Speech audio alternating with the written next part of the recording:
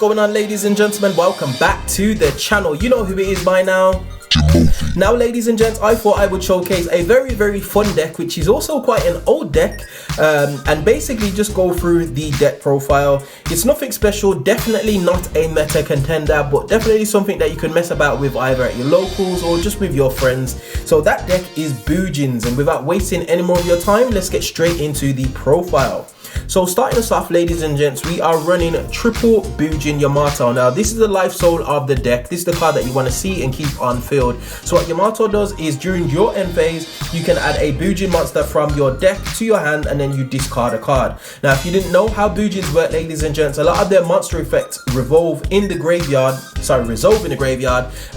as long as you have a Bujin beast type warrior monster on field. So Yamato is central to this strategy.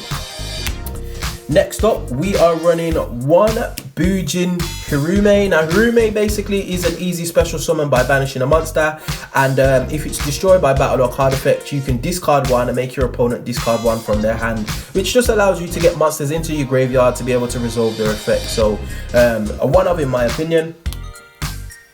Next, we have Bujin Mikazuchi. Now, Mikazuchi basically jumps out your hand if one of your Bujin Beast-type warrior monsters is destroyed.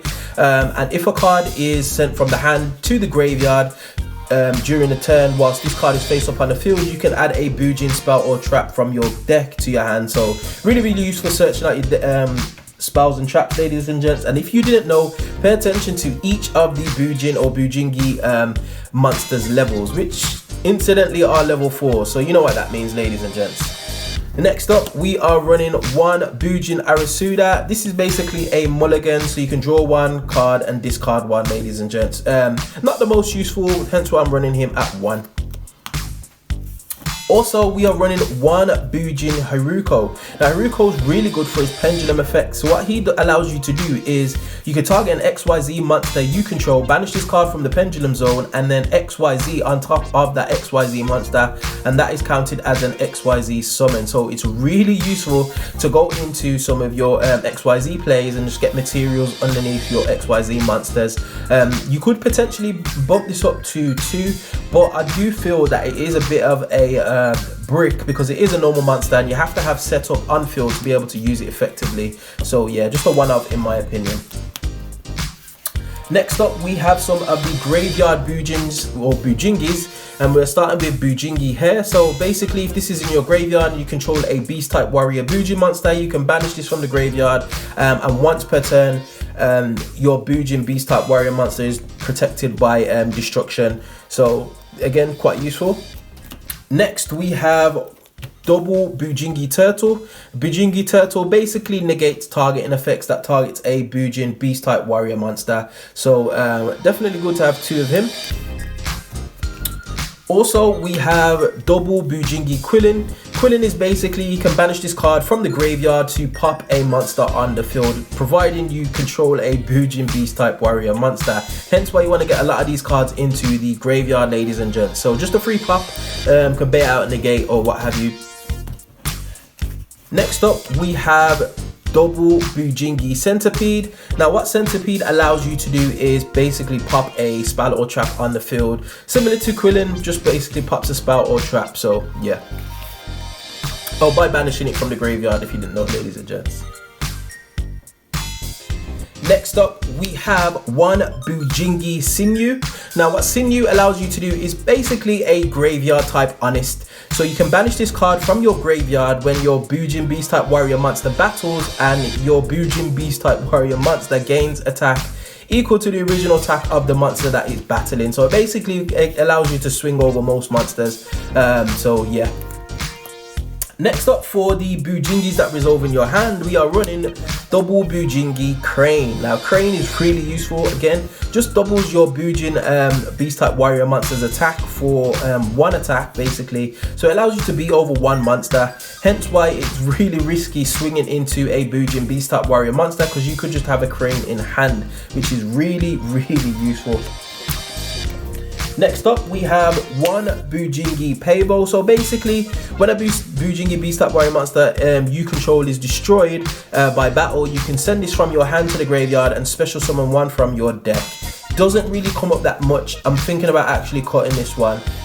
Normally your Bujin beast type warrior monsters are destroyed by card effect, but hey, it is what it is. Next up, we have one Bujingi Ibis.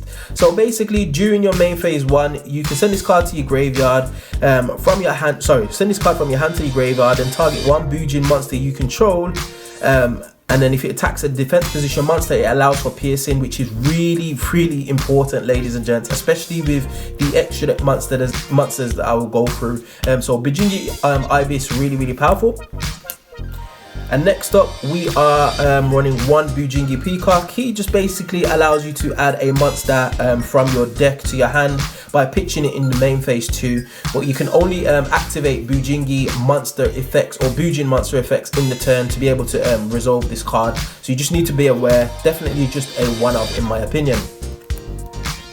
Next up, for some more generic support, we are running Double Honest. We all know what Honest does. Swing over everything until the end of the battle phase, and it combos really well again with our extra deck monster. So Double Honest. Next up, just to get a few monsters on board, because this deck is very slow, ladies and gents. You literally can barely get on 2 monsters on the field, so I have to supplement it with the dangers. So we're playing triple danger Chupacabra. Sometimes it doesn't resolve because you'll see this without seeing one of your other dangers, but it's a level 4, which is really important, obviously, and it's a free body on field should it resolve. We are also running triple danger Mothman. Again, like I said, this deck is slow, so you do need to get materials on the board as quickly as possible. Mothman allows you to do that, as well as drawing a card, but it also kind of hinders you by giving your opponent a card. But hey ho, if you can win, you can win. And next up, for some more generic support, 2 cards which I find myself throwing into every rogue deck that I mess about with, which is Abominable Unchained Soul and Dino Wrestler Pancratops. Pancratops needs no introduction, hence why he is limited on the Forbidden Unlimited list. But Abominable Unchained Soul, again, it supports the strategy because you can discard a card to pop a card when it's summoned, and this card summons itself when one of your cards on field is destroyed. So really powerful. Also, it recurs itself if it does get destroyed and allows you to proc its effect again. So really powerful card, and then it shuffles itself back into the deck. So definitely something that I include in a lot of my rogue decks, just as a bit of another win con. Next up, ladies and gents, we are on to the spells. And the first spell that we are running is Bujin Regalia the Mirror. So basically what this allows you to do is at the start of the main phase, if your opponent controls more monsters than you and you've got a Bujin beast type warrior monster on field, you can activate this card and your opponent cannot activate spells or traps until the end of the next turn, which is crazy. Really powerful. Next up, we are also running one Bujin Unity.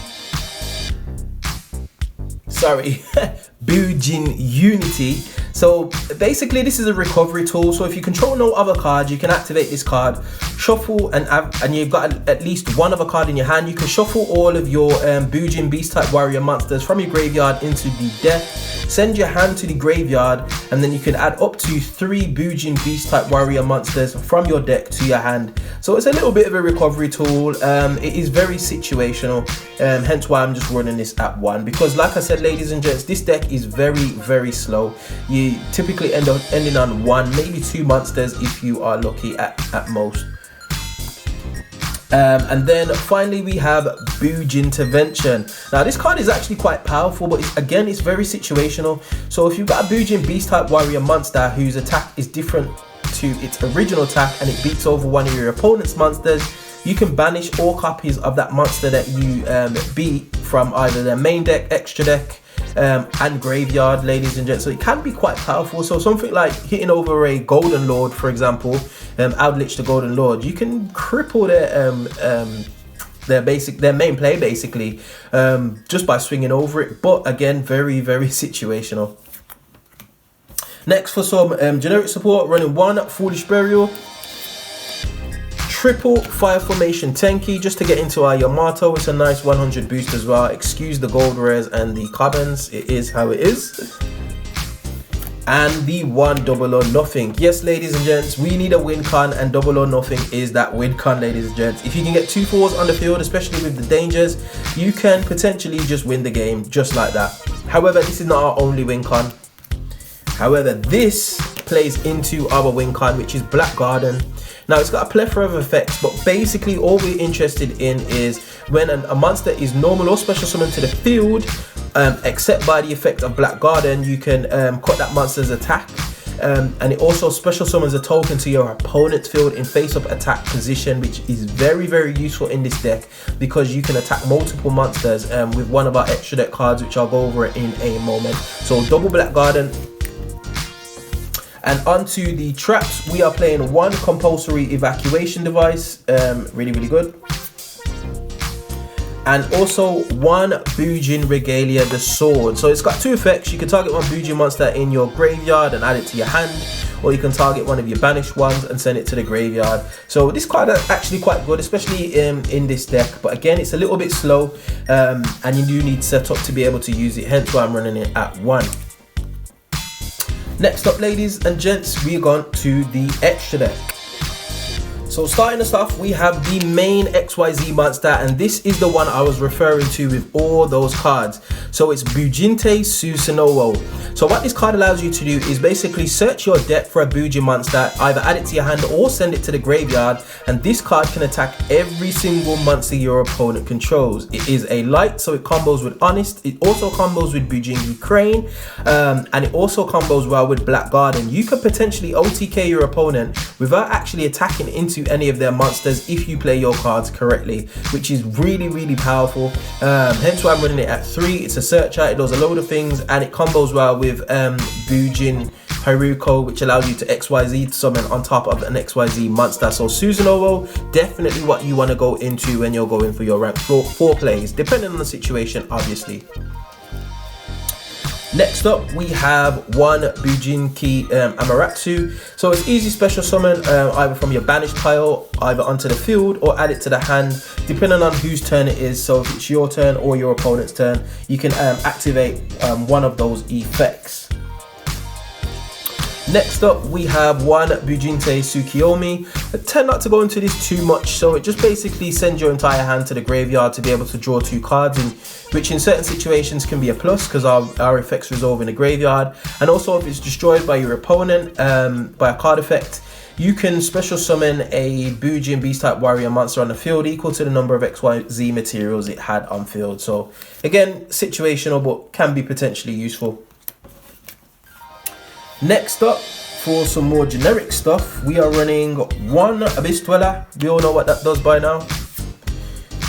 The Utopia package, which is Utopia Double and Utopia. Again, this wins games, nothing needs to be said about that.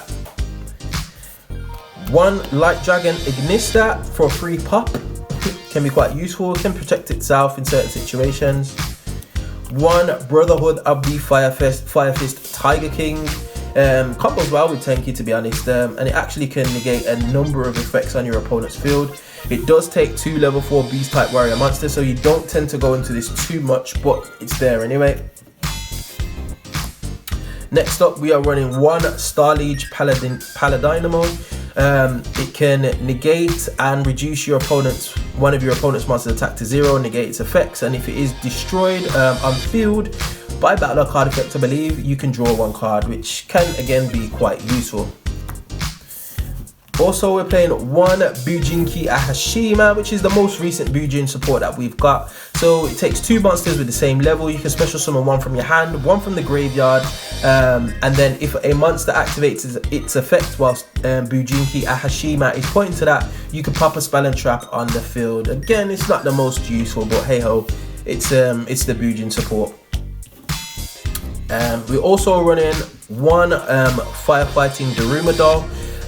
So this basically allows you to allows you to pop a spell and trap on the field, on both your opponent's field and your field, and if it beats over your opponent's monster, you can add a monster from your graveyard to your hand, which can be potentially useful.